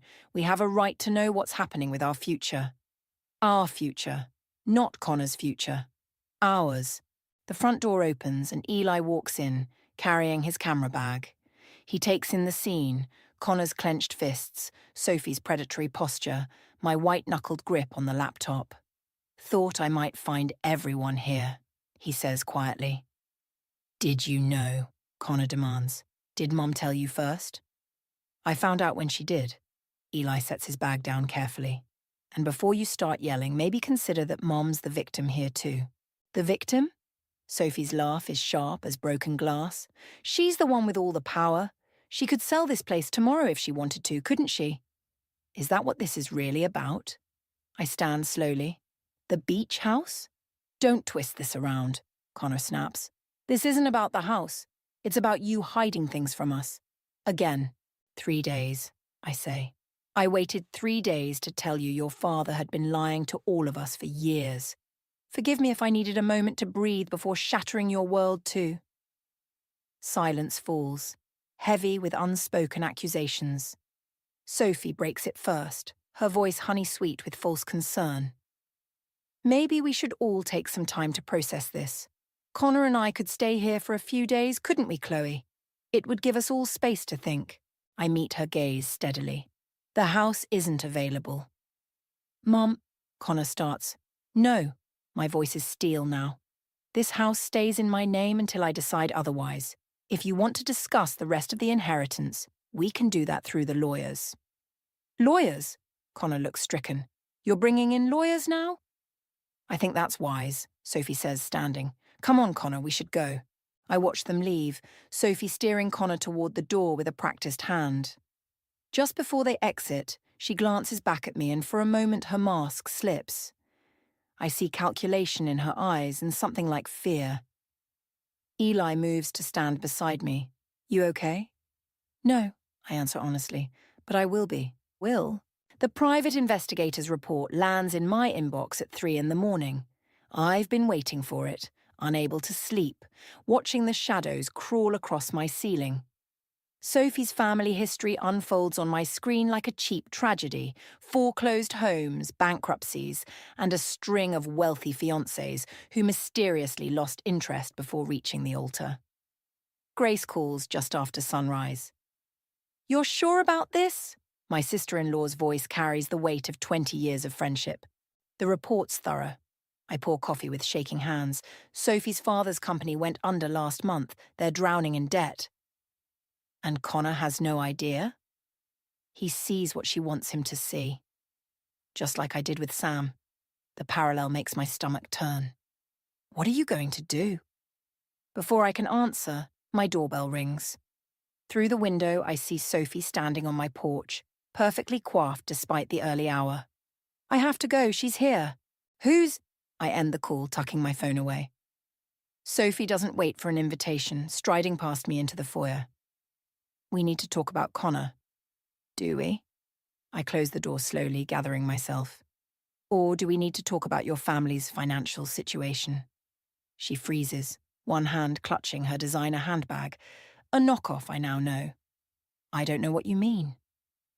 Your father's bankruptcy, the foreclosure notices, the pattern of wealthy men who... Stop! Her voice cracks, the perfect facade splintering. You don't understand. I understand perfectly. You're using my son to save yourself. I love Connor. You love what he represents. I move closer, watching her step back. Security, status, a way out of your family's mess. Like you didn't marry Sam for his money? Her eyes narrow, desperate. Everyone knows you were just a resident when you met. He gave you everything. The laugh that escapes me sounds foreign to my own ears. Is that what you think? I paid for medical school myself. The practice was mine before I met Sam. He didn't give me anything I hadn't already earned. Then why won't you give Connor what he deserves? The beach house. This isn't about the beach house anymore.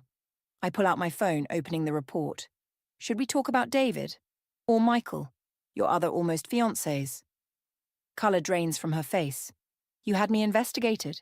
Like you investigated me?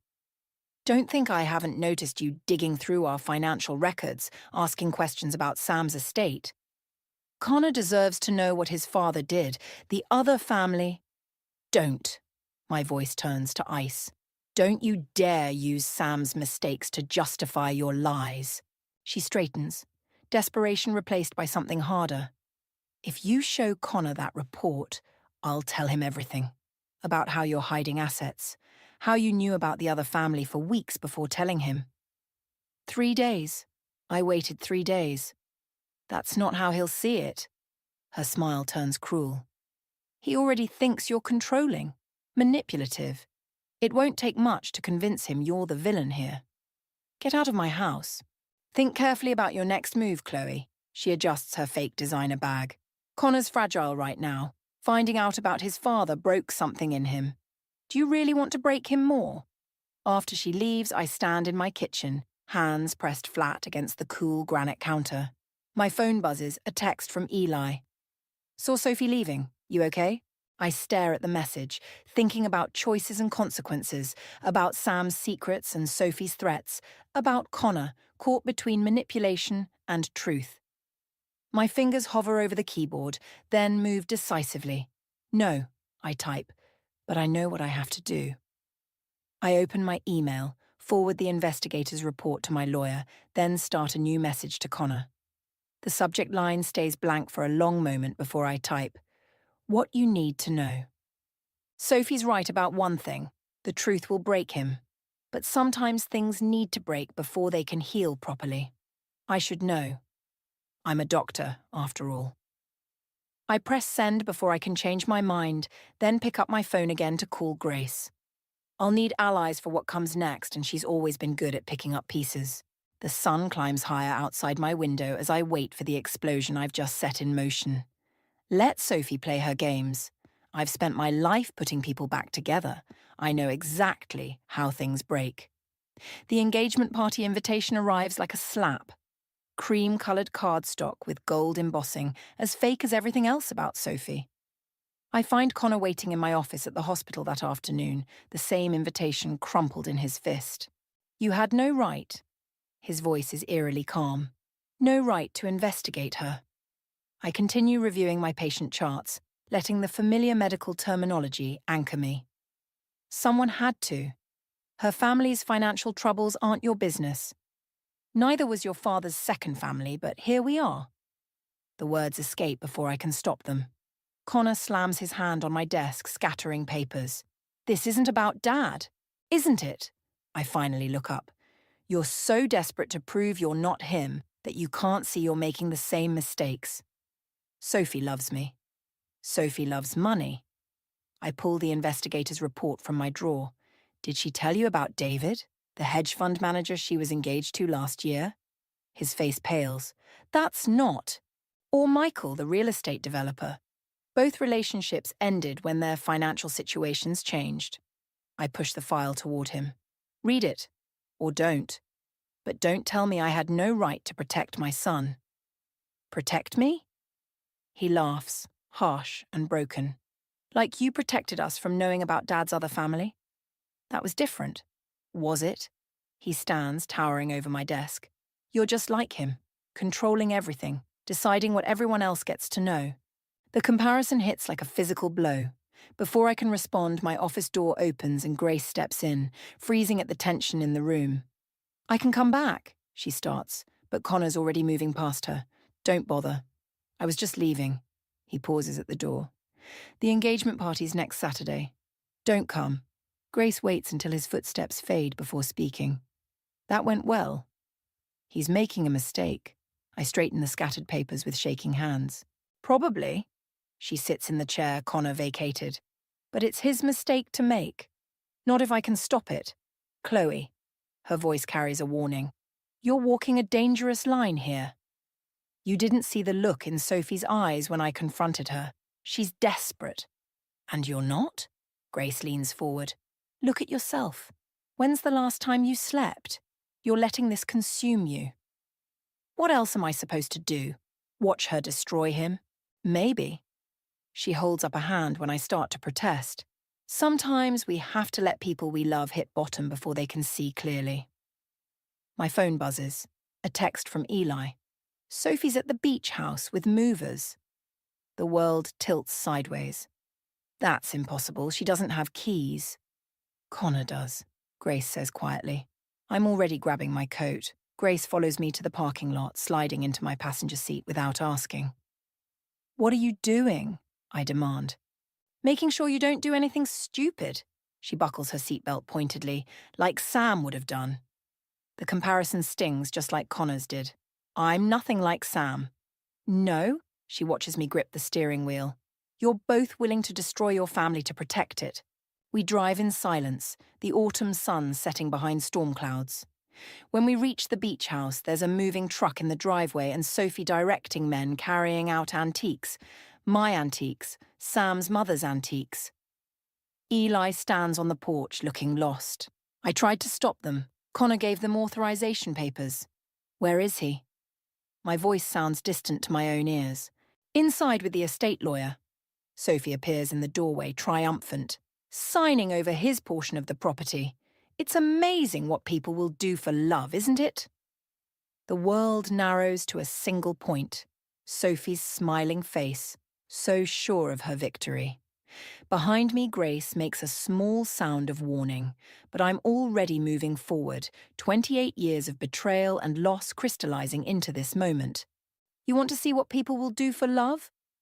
I reach for my phone, Sophie's carefully constructed world about to shatter. Let me show you. Grace's warning echoes in my head as I study the engagement party venue through my car window.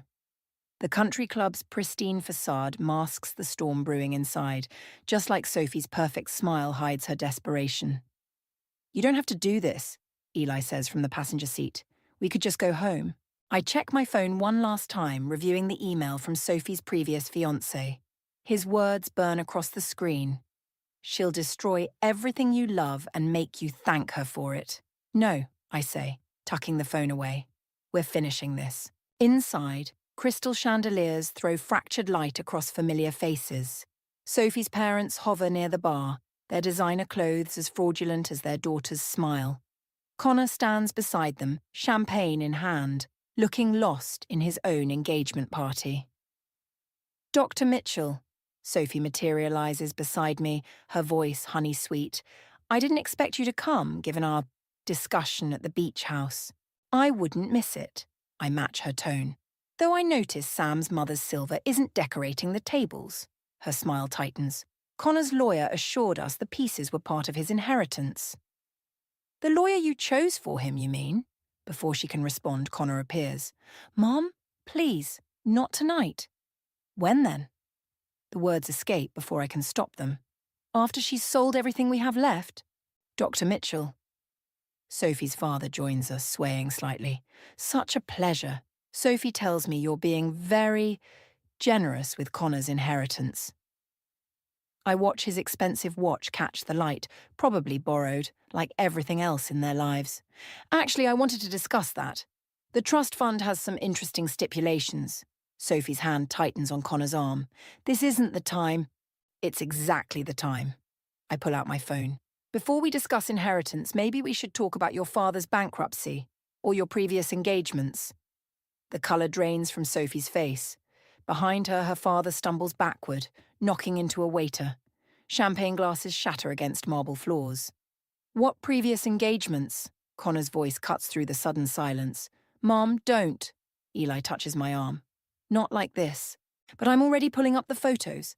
Sophie with David, with Michael, with each man who thought she loved him until their money ran out. Show him, Sophie. Show him how you really operate. Connor, she's lying. Sophie's voice cracks. She's trying to control you just like she always has. Like Sam controlled me? The words taste like ash. I watched my husband build a second life while I smiled and played the perfect wife. I won't watch my son make the same mistake. Chloe. Grace appears from nowhere, her presence steady. Think about what you're doing. Connor looks between us, confusion giving way to anger. You're all talking about me like I'm not even here, like I can't make my own choices. Because your choices are destroying this family. The words echo across the suddenly silent room. No, Mom. Connor steps back, pulling Sophie with him. You are. The truth of it hits like a physical blow. I look around the room, at the horrified guests, at Eli's pained expression, at Grace's disappointment. I've become exactly what I feared, someone who would burn everything to save it. Sophie sees her advantage and takes it. I think you should leave. Connor, I try one last time. Please, just look at the evidence. Get out. His voice is ice. Now. I turn to leave, dignity crumbling with each step. But at the door, I hear Sophie's father slur loudly. At least we got the beach house before she figured it out. The room freezes. I turn back slowly, watching Connor's face as understanding finally breaks through. What does he mean, got the beach house? He releases Sophie's arm. What did you do? Sophie's mask slips just for a moment. It's enough. I should feel triumphant. Instead, I feel hollow as I watch my son's world crumble, just like mine did with that USB drive. This is what revenge costs. Not just the target, but everyone around them. I'll be at home, I tell him quietly, when you're ready to talk. Outside, the night air feels thick with possibilities and regret. Eli follows me to the car, his silence more eloquent than words. Did I just make everything worse? I ask. He considers for a long moment. Maybe, but at least now everything's true. Truth. Such a simple word for such devastating consequences. I start the car, wondering if Sam felt this same mixture of victory and loss when he started his second family. If he ever understood the real cost of his choices. I'm beginning to. The beach house feels like a tomb in the pre-dawn darkness. I sit at Sam's old desk, surrounded by the wreckage of Sophie's movers, empty spaces where paintings hung, gaps in the shelving where family photos stood. The USB drive that started everything sits beside an unopened bottle of Sam's favourite scotch. My phone lights up. Grace. "Connor's looking for Sophie," she says without preamble. "She disappeared after the party. Her parents too." Of course they did. I trace the edge of the desk where Connor carved his initials as a child. They got what they wanted. Not everything. The beach house transfer wasn't legal. Your lawyer already filed an injunction. It doesn't matter anymore. I stare at the scotch bottle. I lost him anyway. The front door creaks. Heavy footsteps in the hallway. I know those steps. Heard them stomping upstairs through teenage tantrums, trudging home after football losses, walking away from me at the engagement party. Connor appears in the doorway looking like he's aged years in hours. "They're gone," he says, "all of them. The apartment's empty." I know. "They took everything." His voice cracks. "The ring, the money I gave them for the wedding venue, even my car." "Connor, don't." He slumps against the doorframe. "Just don't say you told me so." I wasn't going to. I push the scotch bottle aside. I was going to say I'm sorry. He laughs, bitter and broken. For what? Being right? Trying to protect me? Or for waiting until I was completely humiliated to do it? The accusation hits home. I thought exposing her would save you. Save me? He straightens, anger flaring. "You destroyed me, Mum, in front of everyone we know, just like Dad destroyed you with that video." "That's different." "Is it?" He moves to the window, staring out at the dark ocean. "You both decided what everyone else needed to know, when they needed to know it. You controlled the truth just like he did." The parallel steals my breath. "Connor, please." "I found this in Sophie's things." He pulls out a familiar envelope, the one that held the USB drive. "She's the one who sent you the video about Dad's other family. Did you know that?" The room tilts sideways. "What?" "She found them months ago. Used it to pressure Dad's lawyer about the inheritance." His laugh is hollow. "Guess she learned from the best, right? Using people's secrets against them?" I grip the desk edge, remembering Sophie's words at our confrontation. "Everyone knows you married Sam for his money." She'd known then. Had orchestrated everything. "I was trying to protect you," I whisper. "No." Connor turns, his face hard in the dim light. "You were trying to win, just like Sophie, just like Dad. And look what it got us." He drops the envelope on the desk. "The beach house is yours. Everything's yours. I don't want any of it anymore." "Where will you go? Does it matter?" He moves toward the door, then pauses. "You know what the worst part is? Sophie might have been using me, but at least she was honest about who she was in the end. You're still lying to yourself about what this was really about." The door closes behind him with devastating finality. I sit in the growing dawn, surrounded by the ruins of 2 generations of betrayal. The USB drive glows faintly, a technological ghost holding all our failures. My phone buzzes again, Eli this time. "Mom, you okay?" I stare at the message, thinking about Sam's secrets, Sophie's manipulations, my own righteous certainty that revenge would heal everything. "No," I type back. "I don't think I am." The sun rises over the ocean, painting everything in harsh morning light. I open Sam's scotch with shaking hands, pour a measure into his favourite crystal tumbler, one of the few pieces Sophie's movers didn't take. "You would have loved this," I tell his empty chair. "All of us destroying each other with the truth. Isn't that what you were afraid of? Why you never told us about them?" The scotch burns going down. Outside, waves crash against the shore, eternal and indifferent to our human dramas. I pick up the USB drive, turning it in my hands, finally understanding that revenge doesn't heal wounds. It just passes them down, generation after generation. Each of us thinking we're different, we're justified, we're right, until we're all equally wrong. A week after Connor walks out, I find Sophie waiting in my hospital office. She sits in my chair, perfectly poised, as if she hasn't destroyed everything she touched. "Bold of you to come here," I say, closing the door behind me. "Desperate times."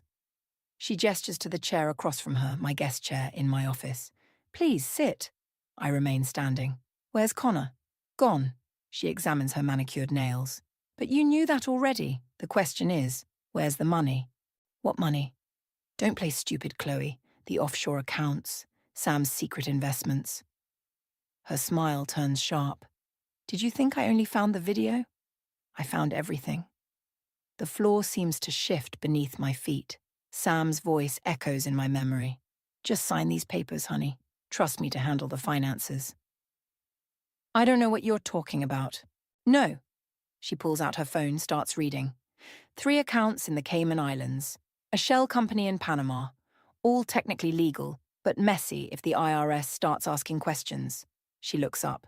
"Connor's signature is on half these documents. Did you know that?" My blood runs cold. "Sam wouldn't..." "Wouldn't what?" "Set up his son to take the fall if things went wrong." She laughs. "You really didn't know him at all, did you?" "What do you want?" "A deal." She stands, moving around the desk. "You transfer the beach house to Connor, legally this time, and I'll make sure these documents never reach the authorities." "You're blackmailing me with my own son." "I learned from the best." She perches on the desk edge. "Wasn't that what you did? Used Sam's secrets to control Connor?" "I was protecting him." "So am I." Her voice softens with false sympathy. "He's fragile right now, Chloe. Finding out his father made him an unwitting accomplice to tax fraud. It would destroy him." The pieces click together. "You planned this from the beginning. The video, the engagement, all of it." "Not all of it. You did most of the work yourself." She straightens, smoothing her skirt. "Your revenge against me gave me everything I needed. Connor hates you now. He'll believe anything I tell him. He won't." "He already has." She holds up her phone, showing me a text conversation. Connor's words blur before my eyes. "Mum never cared about protecting me, only about controlling everything."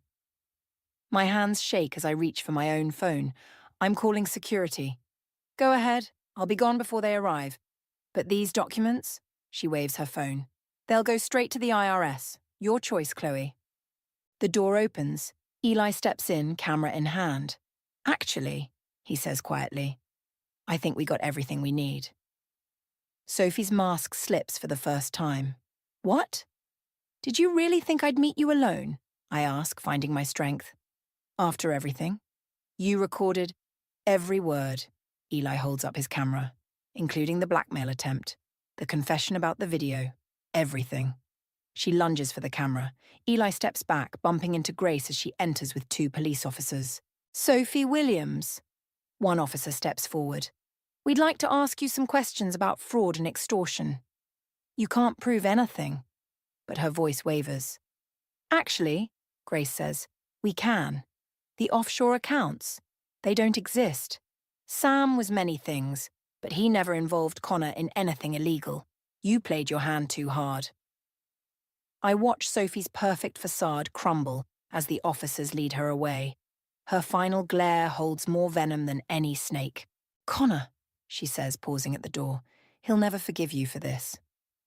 Maybe not. I meet her gaze steadily, but at least he'll be free of both our manipulations. After she's gone, I sink into my chair, in my office. Eli puts his hand on my shoulder. "You okay?" "No." I look up at my children, one here, one lost to the aftermath of all our choices. "But maybe now we can start being honest about why." Grace picks up Sophie's abandoned phone. "Should we call Connor?" "Not yet." I think of Sam, of Sophie, of all the secrets we keep thinking they'll protect the ones we love. He needs to find his own truth first. We all do. Outside my office window, the sun breaks through storm clouds. Not an ending, not really, but maybe, finally, a chance to begin again. Without secrets, without revenge, without the shadows we cast trying to protect each other from the light. The beach house looks different in winter. Waves crash against the shore, darker and more insistent than summer swells. I'm packing Sam's old desk when I hear footsteps on the porch, too heavy for Eli, too hesitant for Grace.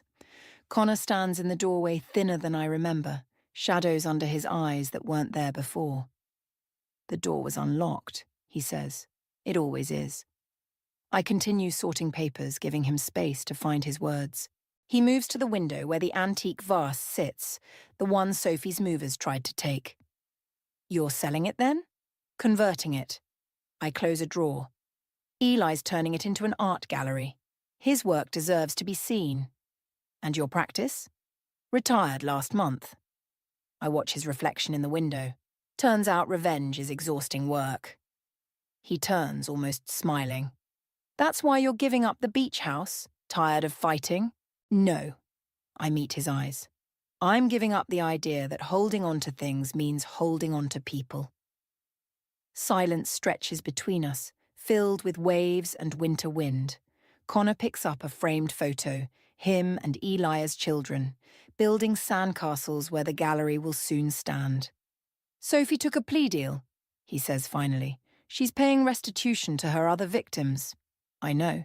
"Did you know about them? Before?" "Not all of them." I move to stand beside him. "Just like your father's other family. We see what we choose to see." He sets the photo down carefully. "I found them, you know. Dad's other kids. They're—" He swallows hard. "They're good people. They didn't ask for any of this either. None of us did."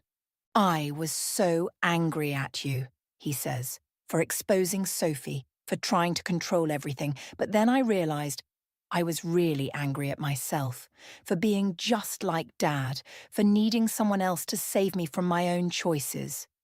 "Connor, let me finish." His voice shakes. "I understand now why he kept secrets, why you exposed them, why Sophie tried to destroy us all. We were all just scared of losing control." I think of Sam's video, of Sophie's threats, of my own desperate need to protect my son from truths he needed to find himself. "The gallery opening is next month," I say. "Eli's featuring a series about family, about the shadows we cast, trying to protect each other from the light." Subtle little brother. But Connor's almost smile returns. "Will you be there?" "Yes." I touch the photo frame. "Will you?" He's quiet for a long moment. "I'm not ready to move back. I need to figure out who I am without everyone else's expectations." "I know. But maybe—" He straightens. "Maybe I could come to the opening, see what Eli's done with the place." "He'd like that." I turn to face him fully. "I would too." The doorbell rings. Eli, right on time. Connor steps back, moving toward the side door. I should go. "Connor," I catch his arm. "The door's always unlocked, remember that." He nods once, then slips out into the winter afternoon. Through the window, I watch him pause at the edge of the property, looking back at the house, at the ocean, at the life we're all slowly learning to rebuild. Eli enters, carrying paint samples and renovation plans. "Was that?" "Yes." "Is he okay?" "No." I pick up the photo of my sons in happier days. But maybe that's okay too. We all need to break before we can heal differently. "Deep thoughts for a gallery renovation?" Eli teases, but his eyes are understanding. "Speaking of renovation," I hand him an envelope. "This came yesterday from Sam's other family." He reads quickly, eyes widening. "They want to invest in the gallery? They want to be part of something honest." I look around the room, seeing not what was lost, but what might be built in its place. Something that acknowledges all our shadows while letting in new light. Outside, the winter sun breaks through clouds, casting long shadows across the beach. Soon this room will be filled with Eli's art, with new memories, with truths we're finally strong enough to face. The waves keep crashing, eternal and indifferent. But in their rhythm I hear something I've been missing, not an ending but a transformation. Not forgiveness exactly, but understanding. Sometimes that's enough.